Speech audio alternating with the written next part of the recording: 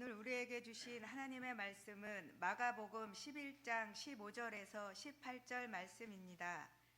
그들이 예루살렘에 들어가니라. 예수께서 성전에 들어가사 성전 안에서 매매하는 자들을 내쫓으시며 돈 바꾸는 자들의 상과 비둘기 파는 자들의 의자를 둘러 엎으시며 아무나 물건을 가지고 성전 안으로 지나다님을 허락하지 아니하시고 이에 가르쳐 이르시되 기록된 바 내 집은 만민이 기도하는 집이라 칭함을 받으리라 하고 하지 아니하였느냐. 너희는 강도의 소굴을 만들었도다 하시매 대제사장들과 서기관들이 듣고 예수를 어떻게 죽일까 하고 꾀하니 이는 무리가 다 그의 교훈을 놀랍게 여김으로 그를 두려워함이러라. 아멘. 거룩한 주일입니다. 오늘 그 응답하시는 입술 가운데 그대로 하나님의 말씀이 임하기를 간절히 축복드리겠습니다. 오늘은 성전이라는 제목으로 함께 나누고자 합니다. 성스러운 전쟁이 아니라요, 이제 하나님의 집이라는 제목으로 함께 나누고자 합니다. 아까 광고 시간에도 잠깐 나왔지만 사순절이라는 게 원래 성경에 나와 있는 그런 절기는 아니고요. 우리 믿음의 선배들 가운데 부활주의를 기준으로 해서 그 앞에 약 40일 정도를 경건의 모습으로 준비하는 그러한 것들이 이제 전통적으로 내려오다 보니까 이제 사순절이라는 것이 생겨나게 됩니다. 그런데 이제 주일은 빼고 주일 6번을 빼고 40일을 월요일부터 토요일까지 해가지고 40일을 하다 보니까 시작하는 요일이 항상 수요일이 되게 돼요. 그래서 사순절이라고 우리가 40일을 부르기도 하고요. 또한 그 시작하는 그 수요일을 제수요일이다라고 이렇게 부르기도 합니다. 참고로만 이렇게 알아두시면 좋을 것 같습니다. 그런데 우리가 부활주의를 기점으로 해서 이렇게 기리면서 우리가 사순절의 기간들을 해마다 거치면서 우리가 기억해야 될 것이 있습니다. 지금도 아직도 예수님이 십자가에 달리지 아니하신 것도 아니고 예수님께서 2000년 전에 십자가에서 우리의 죄를 사하시고 지금은 이미 부활하셔서 하나님의 우편에 보좌에 앉아 계시지요. 그 말은 무슨 말입니까? 우리 예수님 어떻게 너무 슬퍼요. 그게 아니라 우리가 진짜 중요하게 여겨야 될 것은 이러한 기간들을 통해서 우리 마음 가운데 나와 하나님과의 어떤 관계에 있냐라는 거예요. 정말 그 예수님께서 나의 죄를 위해서 십자가에 달리신 그 나의 예수님이냐? 그 십자가의 사건이 나의 것이냐? 예수님께서 그 사하신 죄가 나의 죄냐? 내가 그 예수님의 피 흘림으로 인하여 내가 정말 구원받은 백성으로 주님 앞에 서 있냐? 내가 정말 그 하나님과의 관계에 있어서 명확하게 서나가시는 그러한 자리가 되기를 간절히 축복드리겠습니다. 다시 말해 나에게 하나님은 어떠한 분입니까?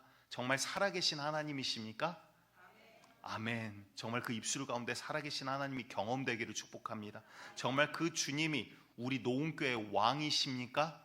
아멘 하는 입술 가운데 정말 왕이신 하나님의 그 권세가 임하기를, 통치가 임하기를 축복합니다. 정말 그 하나님의 영인 성령이 나와 함께하고 계십니까?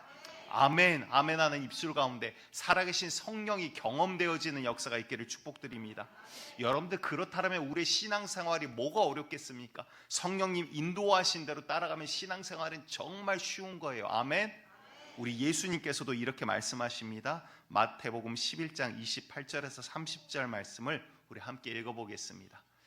마태복음 11장 28절 시작. 수고하고 무거운 짐진 자들아 다 내게로 오라. 내가 너희를 쉬게 하리라. 나는 마음이 온유하고 겸손하니 나의 멍에를 메고 내게 배우라.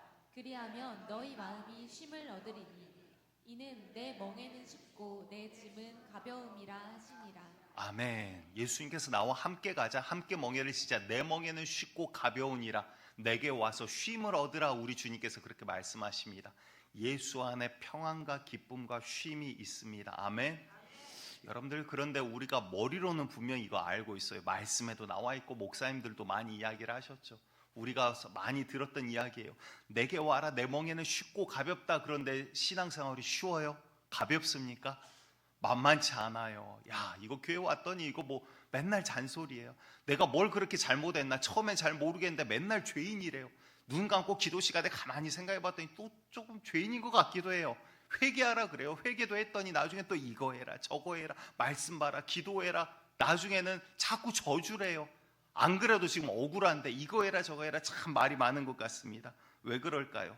여러분들 교회 안에도 여러 가지 일들이 있지 않습니까? 우리가 봉사도 하고 일도 하고 처음에는 하나님 만나서 너무나도 좋아서 하나님 제가 뭐라도 더 하고 싶어요. 이래서 시작했는데 어느덧 그게 일이 되어버립니다. 일이 되고 오히려 그게 내 신앙과 하나님과의 관계보다 더 중요하게 더 우선되는 경우들이 생겨버려요. 여러분들 꼭 기억하시기 바랍니다. 봉사 많이 한다고 천국 가는 거 아닙니다. 아멘. 여러분들 우리는 오직 예수 그리스도의 은혜로 천국을 가는 거예요. 다시 말해 내가 뭔가를 잘해서 뭔가 더 드러내서 내가 남보다 뭔가 더해서 교회에서 어떠한 직분을 가졌다고 그게 내게 어떠한 권력과 권위가 아니라 하나님의 몸된 교회를 세워가는 일꾼으로 주님께서 불러주신 은혜일 뿐인 거예요. 내가 사는 것도 내가 뭔가를 잘해서가 아니라 예수 그리스도의 은혜로 우리가 주님 앞에 나아갈 담력을 얻었다 이 말입니다. 아멘. 여러분 그렇다면 뭡니까? 봉사가 우리에게 무익합니까?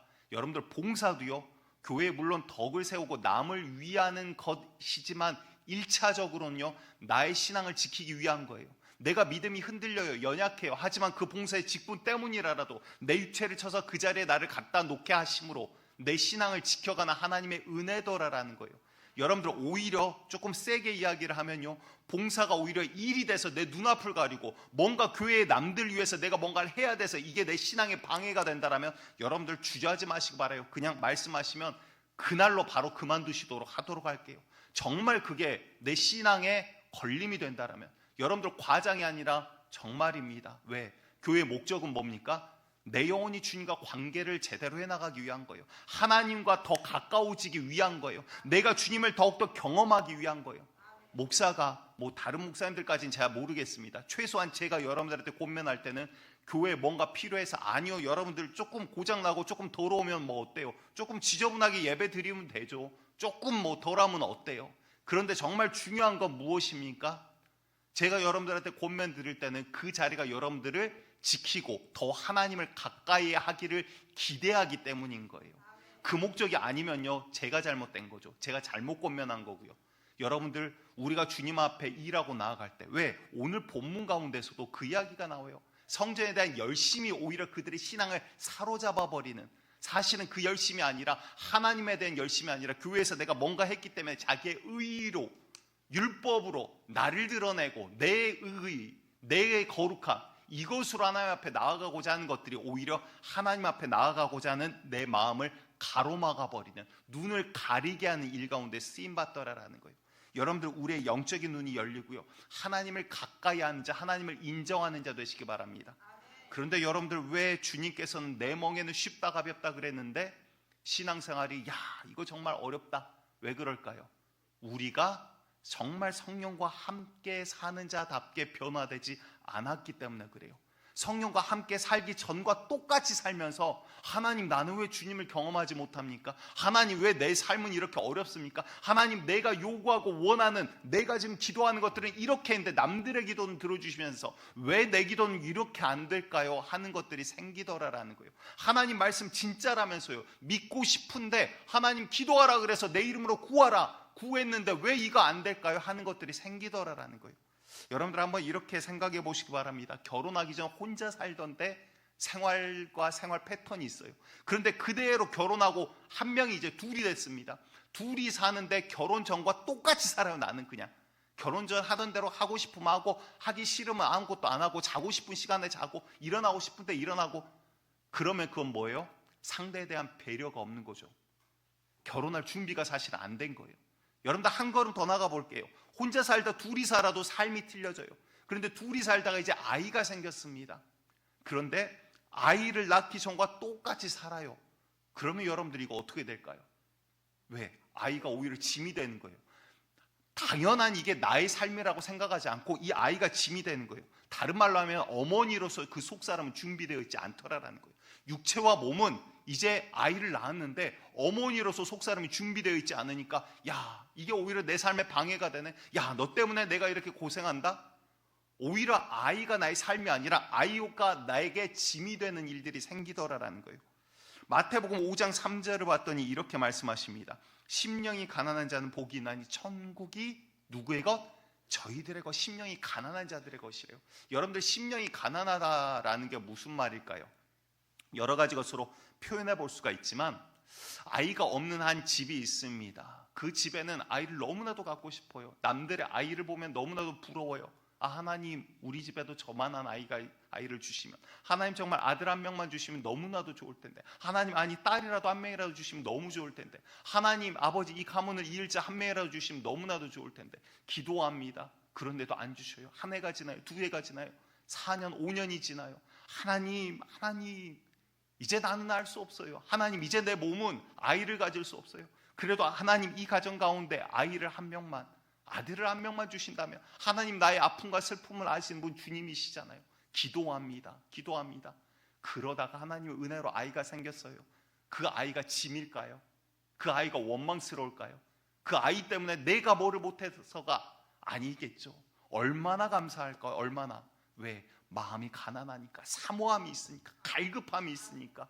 여러분들, 하나님이 그냥 남자 여자가 만나서 그냥 결혼하고 아이가 생기고 그냥 떡하니, 아이고 짐덩어리 하나 생겼다, 아이고 생각하지 않았는데 딸이 또 생겼네, 아이고 아들이 또 생겼네. 여러분들 그게 얼마나 큰 선물인 줄 아십니까? 하나님께서 주시는 귀한 선물인 줄 모르면 성경의 말씀을 기억하셔야 돼요. 돼지에게 진주 목걸이를 주지 말라 그랬어요. 돼지에게 진주 목걸이 줘봤자 뭐예요? 진주인지를 몰라요. 하나님의 선물인지를 모르더라라는 거예요. 그런데 심령이 가난한 자, 정말 주님을 만나고자 하는 자, 사모하는 자, 그 자에게 하나님께서 천국을 약속해 주시겠다, 지금 이 말씀이에요. 여러분들 이 방금 제가 했던 이 부모의 기도가 누구입니까? 바로 한나라는 사람이 그렇게 기도를 했어요. 사무엘상 시작을 할 때요, 그 영적인 암흑기 시대, 영적인 하나님의 이상이 어두워져 버린 시대에 한나가 기도합니다. 그 마음의 아픔을 가지고 기도해요. 아픔이 없었으면 기도를 안 했을 거예요. 근데 이 아픔이 있으니까 하나님 앞에, 하나님 아들 한 명만 주십시오.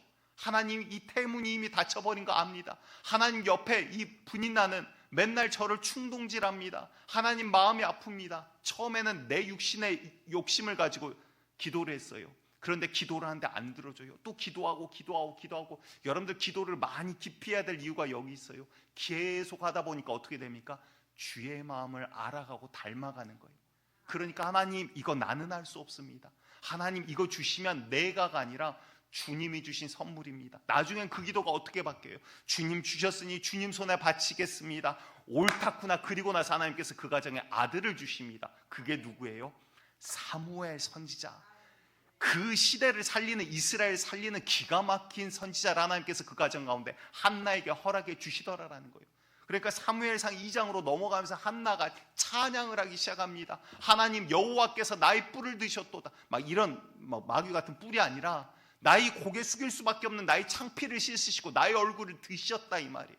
하나님께서 하셨습니다. 주님만이 영광 받으시옵소서. 하나님 이 아들 통해서 내가 이 아들 주님 앞에 바치오니 주님의 것입니다. 왜? 그 마음 가운데 사모함과 갈급함이 있기 때문에. 여러분들 신앙생활을 우리가 주님 앞에 나아가고자 하는 사모함과 갈급함이 없으면요, 받지 못하는 거예요. 천국은 침노한 자들의 것이래요. 천국의 문을 주님께서 이제 열어버리셨어요. 죄의 담을 허무셨어요. 그런데 정말 누가 살고자 하냐 이 말이에요. 누가 정말 주님을 만나고자 하냐 이 말이에요. 정말 누가 주님을 가까이 하고자 하냐 이 말이에요. 여러분들 여기 계신 저와 여러분들이 정말 주님께서 찾는 그 천국을 침노하는 자들의 것, 마음이 가난한 자, 사모하는 자가 되시기를 간절히 축복드립니다. 정말 심령이 가난한 자가 되어 주님께서 약속하신 천국의 주인공이 되기를 축복합니다.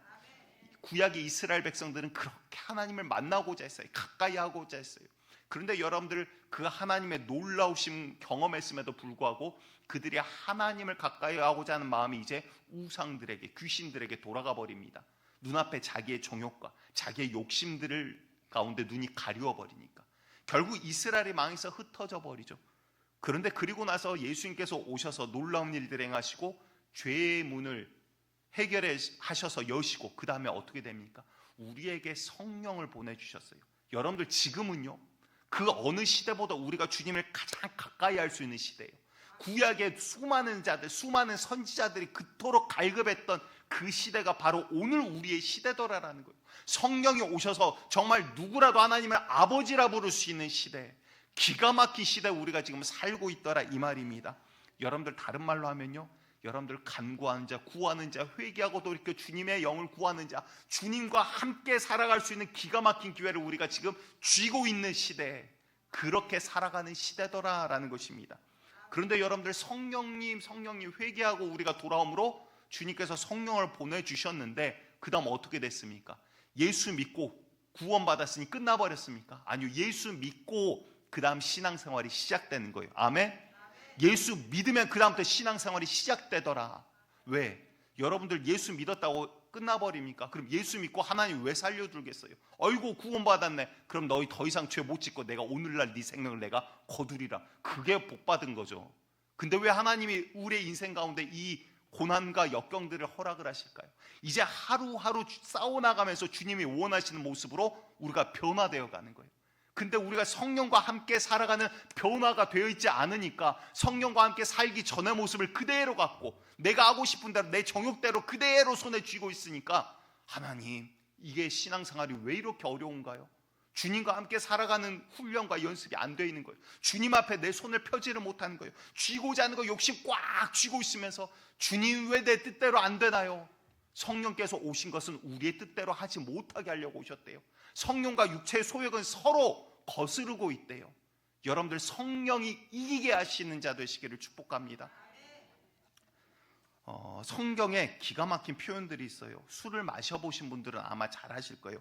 한번 잠언 23장 31절부터 저와 함께 천천히 한번 보도록 할게요. 잠언 23장 31절 한 절씩 우리 함께 보도록 합니다. 시작. 포도주는 붉고 잔에서 번쩍이며 순하게 내려가니 너는 그것을 보지도 말지어다. 야, 이거 멘트가 약간 어디 CF에서 들은 듯 만 듯 하지 않습니까? 순하게 한 잔은 이렇게 뭐 두 잔은 이렇게 뭐 막 이러면서 과거에 했던 그런 CF 멘트가 있습니다. 이게 순하게 내려간대요. 이게 처음에는 그냥 꼴깍, 지금 이야기만 해도 벌써 침을 삼키시는 분들이 있는데 회개하시기 바랍니다. 자, 32절 시작. 그것이 마침내 뱀같이 물 것이요 독사같이 쏠 것이며.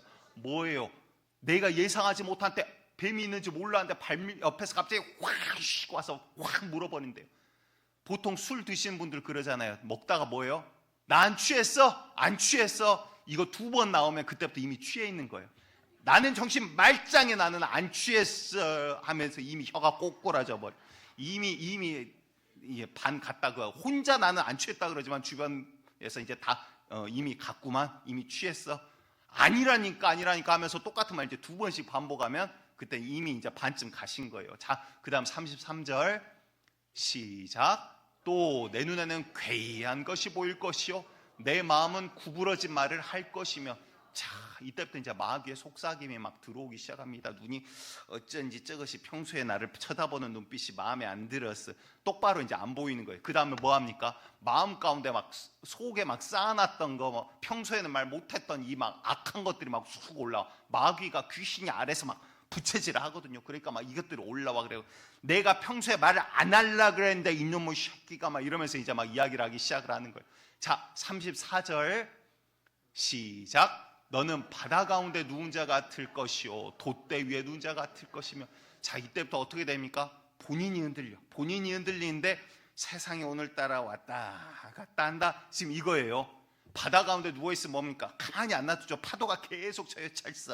찰썩. 그러다 나중에 돛대 위에 누워있으면 어떻게 됩니까? 배가 조금만 움직여도 돛대는 많이 움직이거든요. 오늘따라 세상이 왔다 갔다 하네. 지금 이 상태. 자, 그 다음 넘어갑니다. 35절 시작. 사람이 나를 때려도 나는 아프지 아니하고 나를 상하게 하여도 내게 감각이 없도다. 내가 언제나 깰까 다시 술을 찾겠다리라. 이 말이 뭐예요? 이제 완전히 홀라당 넘어가 버렸다 이 소리예요. 그러니까 나를 때려도 아프지 않고, 여러분 술 먹고 막 병 깨고 그때 아픈지 모릅니다. 누가 때려도 막 맞긴 맞았는데 맞은 건 알아요. 근데 아픈지를 몰라요. 덤벼 이 자식아 막 이러고 이제 뭐 막 갑자기 용감해져 가지고 막 사또 턱주가리를 차버린다고 그러고 막 이러고 덤벼들기 시작합니다. 고등학생 때 친구인데 이제 대학생이 되고 나서 이 친구를 전도하려고, 야, 너 예수 믿어야 산다, 교회 꼭 와라 이제 막 권면을 했습니다. 그때 이제 저도 뭐 뭣도 모르고 뭐 복음을 어떻게 전해야 되는지도 모르고 냅다 그냥 교회 와라. 근데 그놈이 이제 의리는 있어가지고 야 내가 너랑 약속했으니까 교회는 간다 이러고 주일날 교회 왔어요. 20살, 21살 이때 됐던 것 같아요. 근데 교회 오기는 왔는데 그 전날 술을 딴 친구놈이랑 진탕 마시고 밤새 먹고는 피곤해도 나는 약속은 지키는 놈이야. 그리고 이제 아침에 술이 약간 딸딸한 상태에서 이제 교회 왔어요. 왔는데 손이 여기가 다 까졌고 피범벅이 돼갖고 온 거예요. 너 손은 왜 그러냐 그랬더니 아니 새벽에 내가 교회를 오는데 내가 가는 앞길을 땅바닥이 일어나서 가로막더라는 거예요. 땅바닥이 일어나서 왜 가로막아요? 자기가 엎어져 갖고 땅바닥에 뒤집어져 놓고는 땅바닥이 일어나서 사나이 가는 길을 지금 바닥이 일어나서 내 앞길을 가로막아서 내가 가만둘 수 없어서 싸웠다 그 말이에요. 그러니까 남들이 보면 자빠져 갖고 허우적허우적 되는데 본인은 땅바닥에 일어나서 내 갈 길을 이놈이 가로막았다 이거죠. 지구랑 싸우는 그런 놈을 봤어요. 그래서 어떻게 됐겠어요? 손이 지금 다 까져갖고 막 피 범벅이 되는데 본인은 아픈 줄 몰라. 술이 깨고 났더니 아이고 내 손아. 그때부터 이제 병원 가고 뼈가 성한가 어쩐가 엑스레이 찍고. 왜? 술을 취했더니 쉽게 말해서 내 몸이 내 몸이 아니에요. 다른 말로 하면 내 영혼도 내 영혼이 아니에요. 누가 지금 지배하기 시작해? 악한 영들이 이리 끌고 다니고 저리 끌고 다니고. 여러분들 술 좋아하시는 분들 보통 술 못 끊는 이유 이제 두 가지입니다. 첫 번째는요, 그냥 간단하게 굵게 두 개로 나눠서 첫 번째는 술이 입에 쩍쩍 달라붙어요. 그렇죠? 예. 입맛 다시는 분들 회개하셔야 돼요. 목사님 안 그래도 내가 지금 잘 참고 있었는데 오늘 주일날 교회 왔더니 주여 오늘날 어떤 주님을 영접하고 오리까 막 이러면서 슈퍼에 가갖고 다른 주님 영접하지 마시고 오직 성령을 모시는 자 되시기를 바랍니다. 근데 여러분들 이거 내가 정말 술이 땡긴다 이 말은 무슨 말이냐면 하나님이 원하시지 않은 일을 하게 하는 악한 영이 지금 역사한다라는 것을 아셔야 되는 거예요. 다시 말해서 내가 내 몸이 땡겨서 그냥 땡기는 게 아니라 주님이 원하신 게 아니에요. 왜? 여러분들 방금 읽었던 31절 잠언 23장 31절에 뭐라고 하시냐면 제가 다시 읽을게요. 포도주는 붉고 잔은 번쩍이며 순하게 내려가나니 그 다음 뭐라고 하시냐면 너는 그것을 보지도 말지어다. 아멘. 주님께서 술 마시라 그랬어요? 말라 그랬어요? 마시지 말라라고, 쳐다보지도 말라라고 지금 이야기하고 계세요. 근데 엄한 데 갖고 와갖고 야 예수님도 물을 포도주로 만들지 않으셨냐? 주님께서도 제자들과 포도주를 나누지 않으셨냐? 아니요. 그 시대는 여러분들 유럽은요 우리나라처럼 물이 뭐 우리나라 옛날처럼 시냇물 떠먹고 이런 배경이 아니에요. 사막지대인데다가 물이 나도 석회질이 심해가지고 그냥 물을 마시면 탈이 나게 돼 있어요. 사람 수명이 줄어들 정도로 석회질이 많아요. 그러니까 그들이 어떻게 합니까? 음식 대용으로 살기 위해서 주스를 만듭니다. 포도로 주스를. 냉장 시스템이 없잖아요. 기껏 해봤자 돌 아래 파묻고 땅 아래다 파묻어요. 포도주는요 포도 껍질이 벗겨지면 미생물이 달라붙어서 포도의 당을 먹고 미생물이 갑자기 화학 시간이 됐습니다. 당을 먹고 미생물이 배설하는 게 알코올이에요. 그래서 포도 껍질이 벗겨진 순간부터 발효가 되기 시작을 하는 거예요. 그래서 성경에서 말하는 음식과 함께 먹었다 이것은 포도 주스를 가리키는 거예요. 지금으로 굳이 따지자면. 그런데 주님께서는 포도주를 지금 뭐 하지도 말라? 보지도 말라라고 이야기를 하세요. 왜? 이거는 지금 독주를 가리킨 거예요. 지금 우리로 개념으로 가지고 오면 알코올기가 있는 술 취하는 이 술을 이야기하고 있다고요. 이것은 너희 쳐다도 보지도 말라. 이거를 먹으면 네가 눈이 돌아가. 네 마음대로 안 되고 판단도 제대로 안 돼. 흔들흔들거리고 세상이 돌아갈 거야. 그리고 알딸딸하니 기분 좋지. 그런데 그것이 너를 독소와 같이 삼킬 거야. 너는 정신 차려. 이거 쳐다보지도 마. 지금 이렇게 말씀하고 있더라라는 거예요. 그런데 여러분들 두 번째 술을 못 끊는 분들 두 번째 이유는 뭐냐? 술자리가 좋다는 분들 계셔.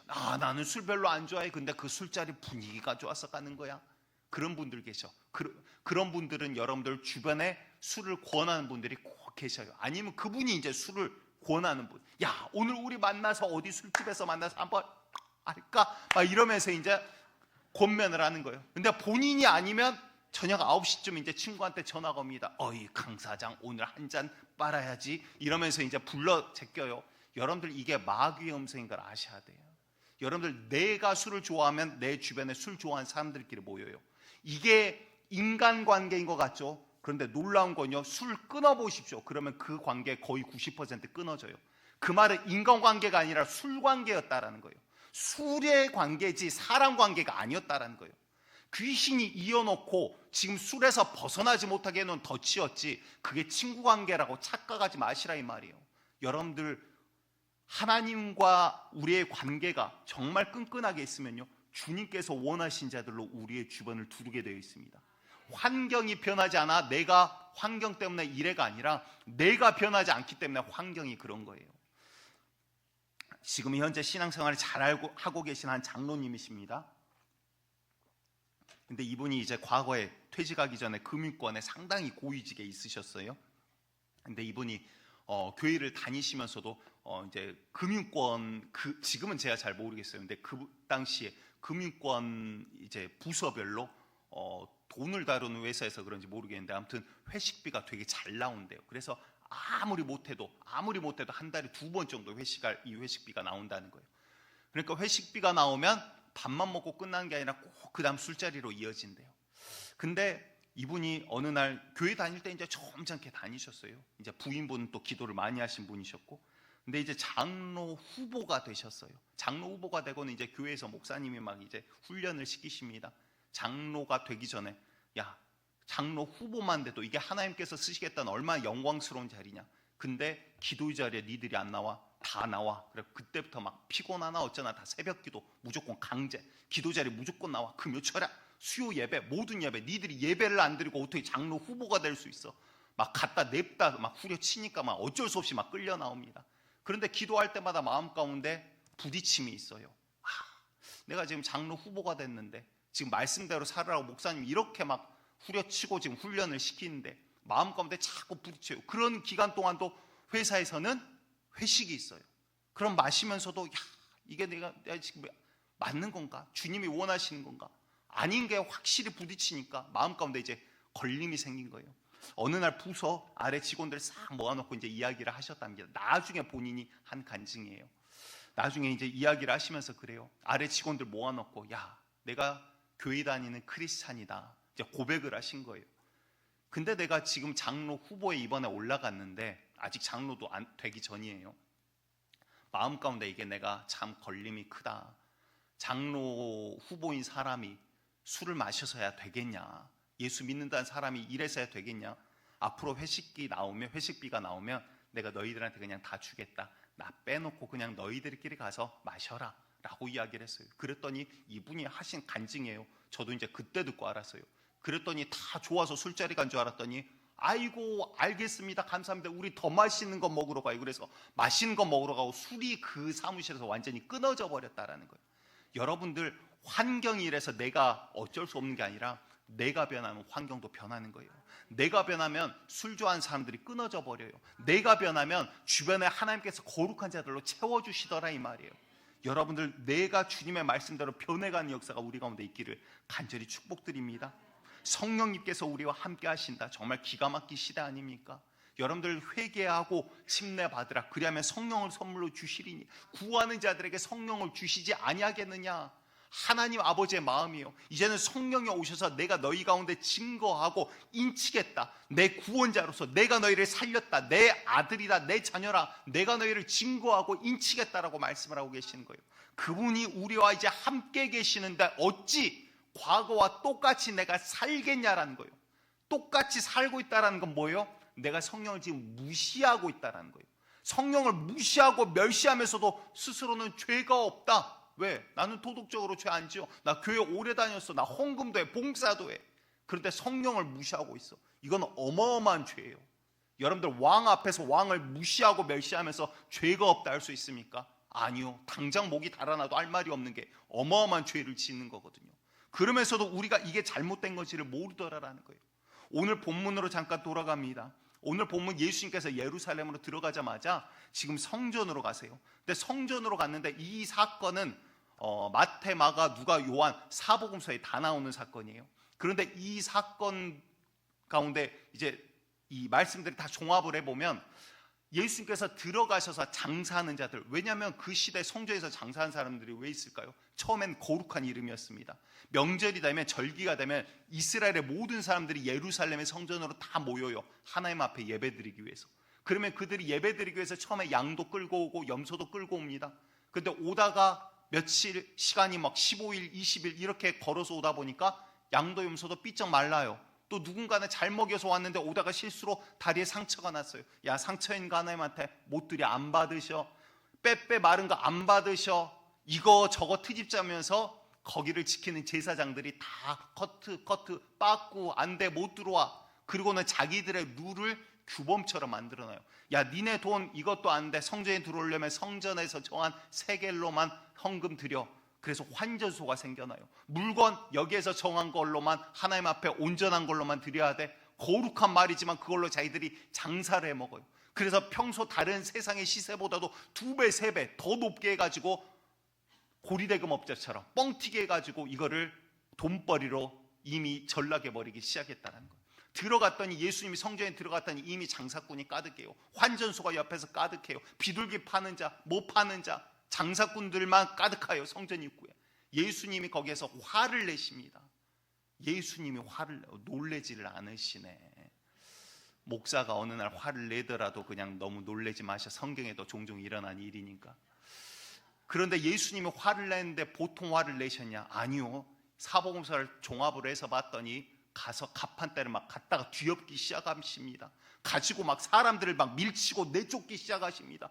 아이고, 저 사람 뭐요? 뒤에 막 제자들도 깜짝 놀라고 따릅니다. 사람들 보고, 야, 뒤에 사람들이 많아. 조직이요, 조직. 함부로 뭐라고도 못해. 근데 앞에서 막 미친 듯이 고래고래 소리 지르면서 니들 지금 뭐 하는 짓이냐? 그러면 막 갑판대를 엎고 막 비둘기를 갖다가 던져버리고 환전소에 갖다가 돈을 갖다 뿌려버리고 나중에는 끈으로 갖다가 채찍처럼 만들어서 막 후려치기를 시작을 합니다.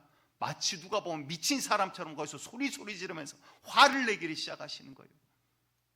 여러분들, 어느 날 제가 채찍을 들고 나타나더라도 너무 놀라지 말아요. 아, 예수님 닮아가시는 중이구나, 그렇게 생각하셔야 돼요. 여러분들, 예수님께서 언제 화내십니까? 학자들은 이 모습을 보고 의분이라고 보통 표현을 해요. 여러분들, 우리도요, 우리 예수님 화내실 만한 일에 화내고요, 예수님이 잠잠하실 때 우리도 잠잠할 수 있는 지혜가 있기를 축복합니다. 왜? 주님의 거룩한 전이 이렇게 더럽혀졌는데 너희들 어떻게 이거 눈뜨고 바라볼 수 있냐? 다른 말로 하면요, 성전의 기능이 뭡니까? 근본이 뭡니까? 성전은요, 솔로몬이 광야 가운데 성막으로 있다가 솔로몬 시대 때 건물로 드디어 짓죠. 그리고 나서는 거기에서 하나님이 약속해 주신 게 뭐예요? 내가 이곳에 거하고 너희가 이곳에 와서 내 이름을 부르짖을 때 내가 얼굴을 가리지 않고 너희를 치료하리라. 너희의 기도를 들으리라. 약속의 장소에, 만남의 장소에 하나님께서 함께 하시겠다는 상징적인 장소가 성전이에요.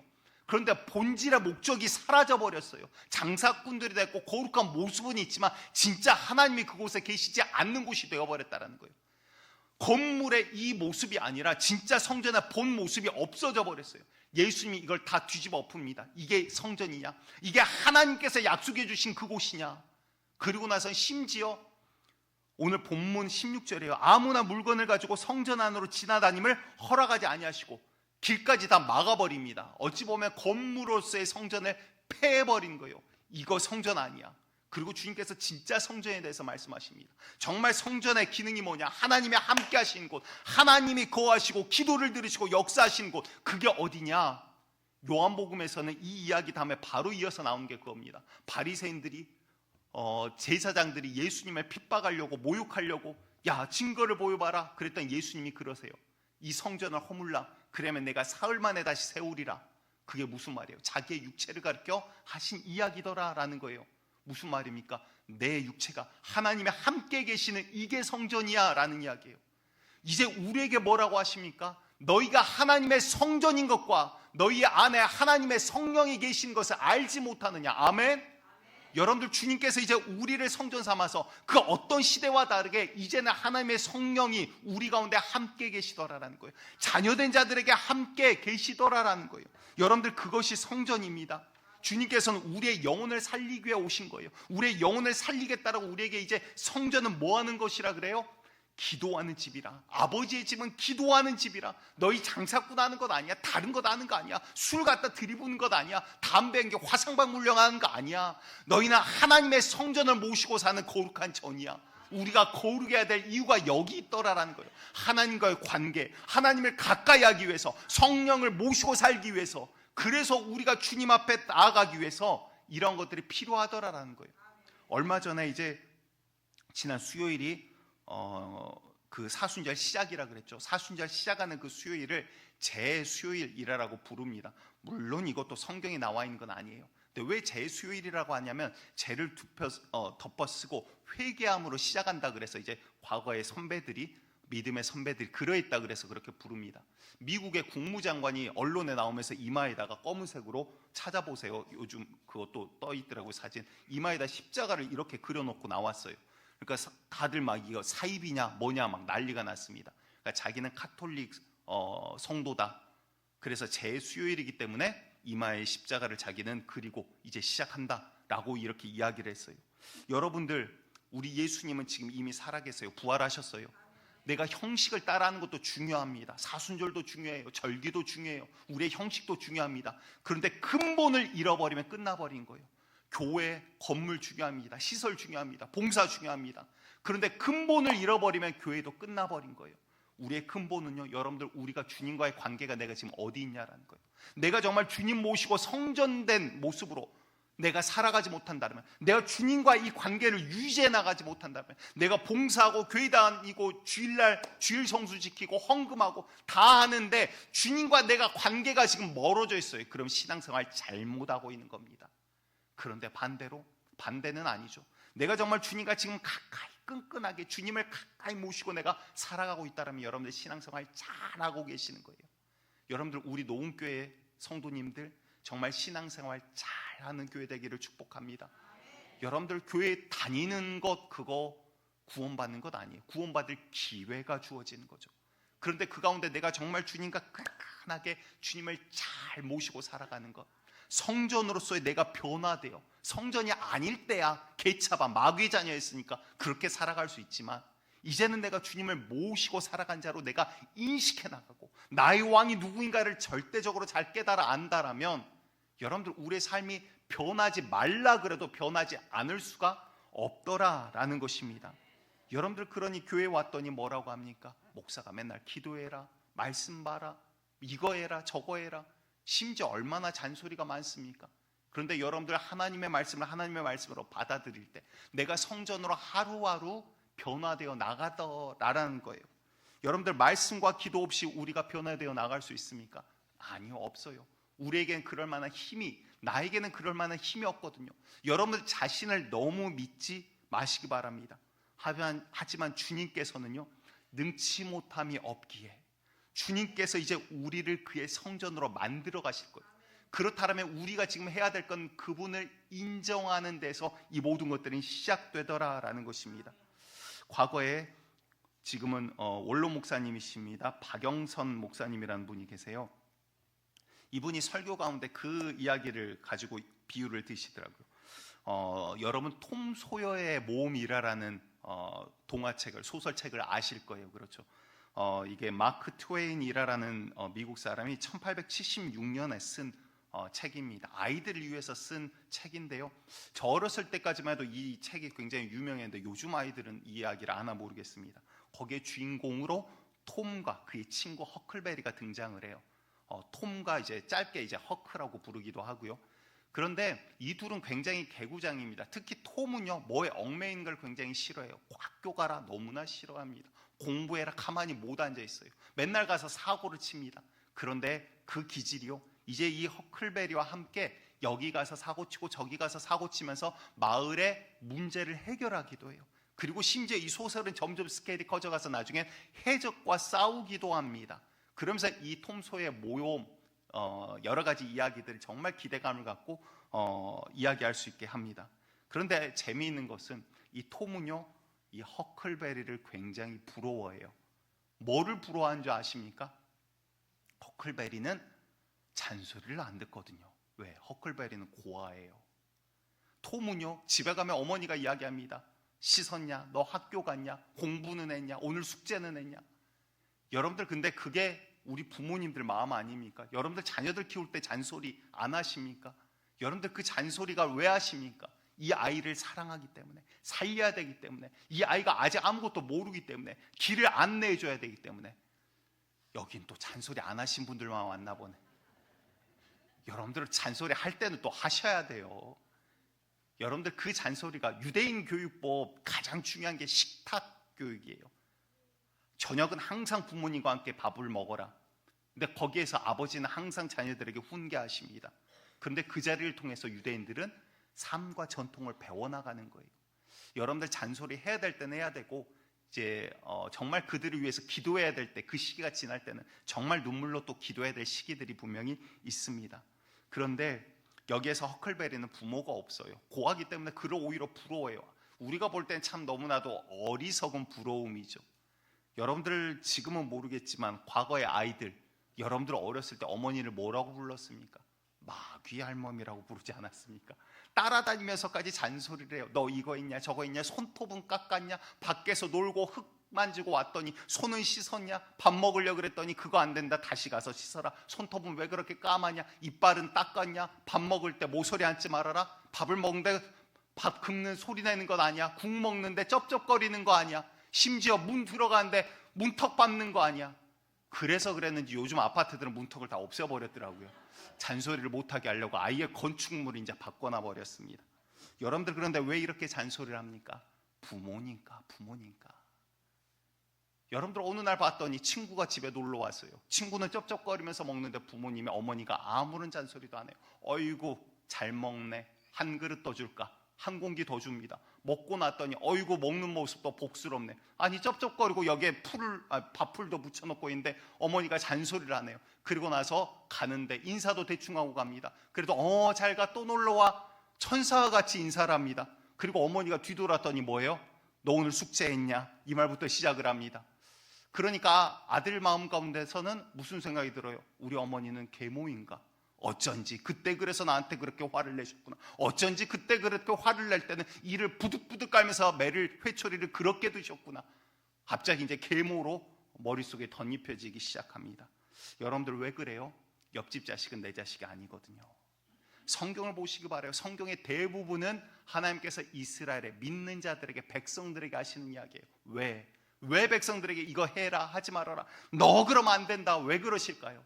내 자녀니까. 하나님의 자녀가 된다는 것은요, 하나님 믿었더니 모든 것이 내가 원한 대로 기도했더니 뻥뻥 뚫리고 다 해결되어 버렸습니다. 할렐루야 아멘이 아니더라라는 거예요. 그때부터 죽어나는 겁니다. 숙제했냐, 손 닦았냐, 발 닦았냐, 이빨 닦았냐, 예절은 이렇게 하는 거다, 인사는 손 딱 붙이고 절도 있게 하는 거다, 어른은 존경하는 마음으로 하는 거다. 이것저것 잔소리가 너무나도 많아요. 여러분들 그게 하나님의 사랑이에요. 왜? 살려야 되니까. 그냥 두면 죽으니까. 여러분들 그 하나님의 말씀이 정말 하나님의 심정으로 들리는 은혜가 있기를 축복합니다. 로마서 8장 15절 우리 함께 읽어봅니다. 로마서 8장 15절 시작. 너희는 다시 무서워하는 종의 영을 받지 아니하고 양자의 영을 받았으므로 우리가 아빠 아버지라고 부르짖느니라. 아멘. 이제 하나님과 어떠한 관계가 됐어요? 이 양자의 영이 뭡니까? 하나님께서 하나님의 영, 성령을 우리 가운데 보내주셨대요. 그래서 성령으로 인을 치셨다라고 표현을 해요. 이거는 내 거다, 내 자식이다. 꽝! 마귀 너 함부로 건들지 마. 이거 내 자식이야. 네 자식 더 이상 아니야. 이 아들은 회개하고 이제 내 안으로 돌아왔어. 내 울타리 안에 있어. 더러운 마귀 너는 저리 가. 우리 하나님께서 이제 우리를 자녀 삼고 인을 치셨대요. 도장 꽝!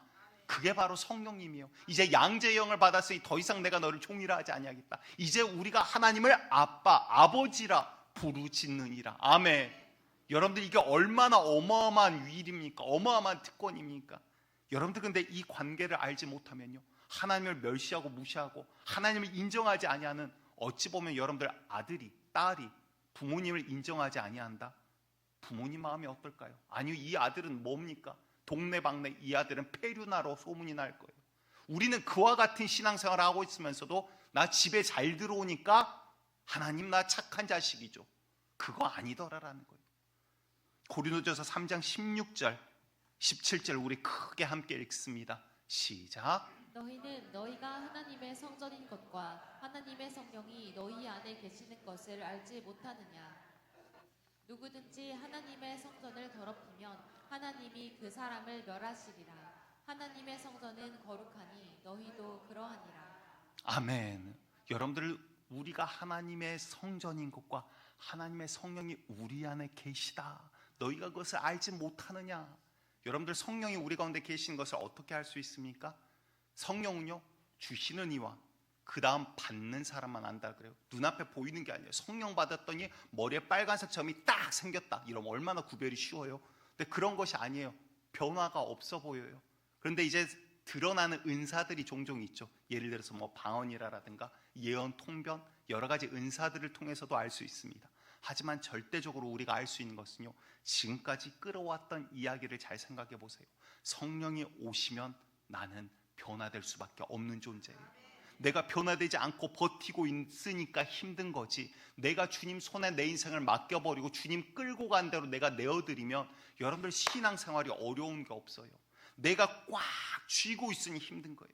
내가 변하지 않으려고 쥐고 내 육신의 정욕을 버티려고 쥐고, 성령은 내가 원하는 대로, 내 소욕이 원하는 대로 하지 못하게 성령은 나를 자꾸 꺾어 넘어뜨리는 거예요. 그거 아니다, 이거 하자, 저거 하자.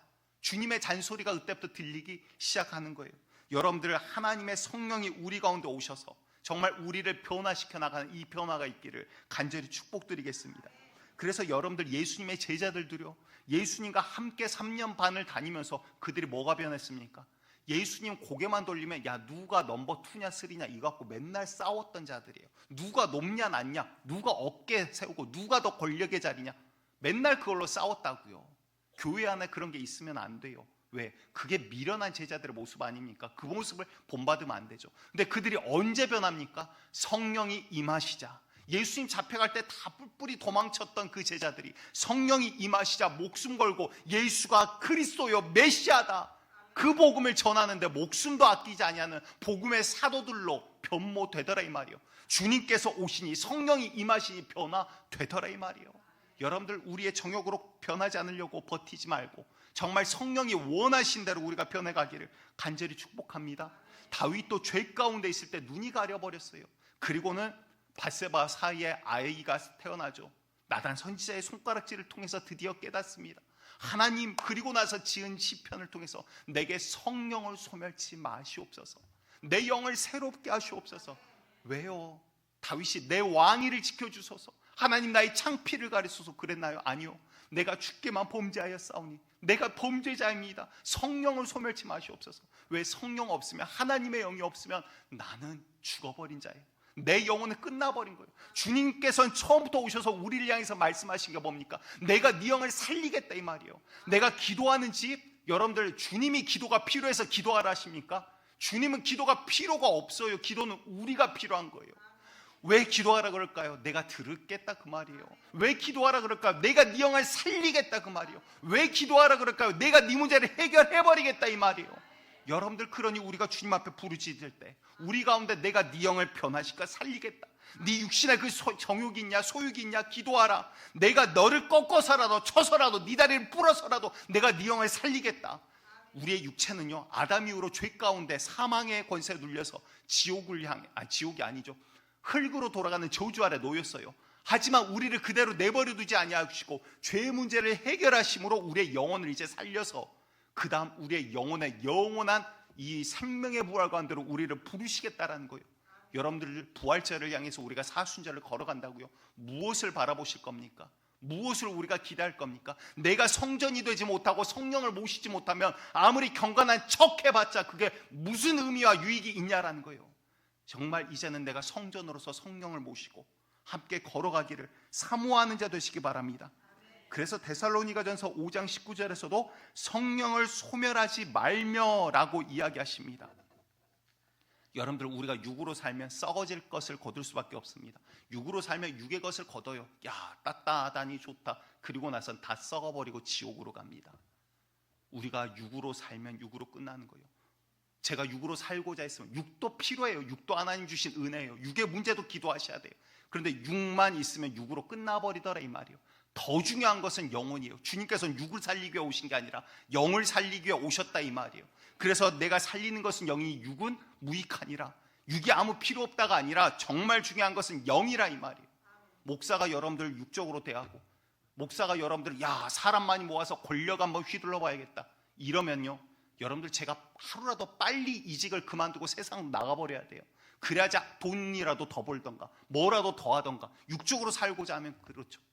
그런데 여러분들 제가 여기 있는 이유가 뭐예요? 여러분들과 만나게 하고 예배드리게 한 이유가 뭐예요? 함께 예배드리고 주님을 초청하고 모신 이유가 뭐예요? 주님 앞에 엎드리고 찬양하고 기도한 이유가 뭐냐 이 말이에요. 내가 주님과의 관계 가운데 하루 더 주님께 가까워지기 위해서, 내가 한 걸음 더 주님 앞에 성전으로서 내가 변화되기 위해서. 하나님 이쯤 되면 이마만큼 컸겠죠. 하나님 이쯤 되면 이마만큼 변화됐겠죠. 이마만큼 컸을 줄 알았는데 아직도 갓난아이처럼 들어놓는 자들이 있어요. 아직도 응애응애 거리는 자들이 있어요. 그러면 하나님, 제가 그동안 뭐 했습니까? 그 모습에 오히려 좌절감이야. 다른 건 힘든 게 없어요. 힘들다 생각이 들지 않아요. 그런데 그런 모습에 오히려 하나님, 제가 지금까지 그럼 뭐 한 겁니까? 한 이야기는 이게 도대체 무슨 소용입니까?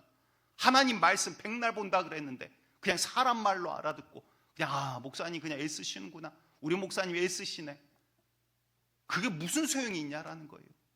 여러분들 그런데 주님 앞에 엎드리면 주님이 하시는 거예요. 제가 여러분 믿고 이 자리에 있습니까?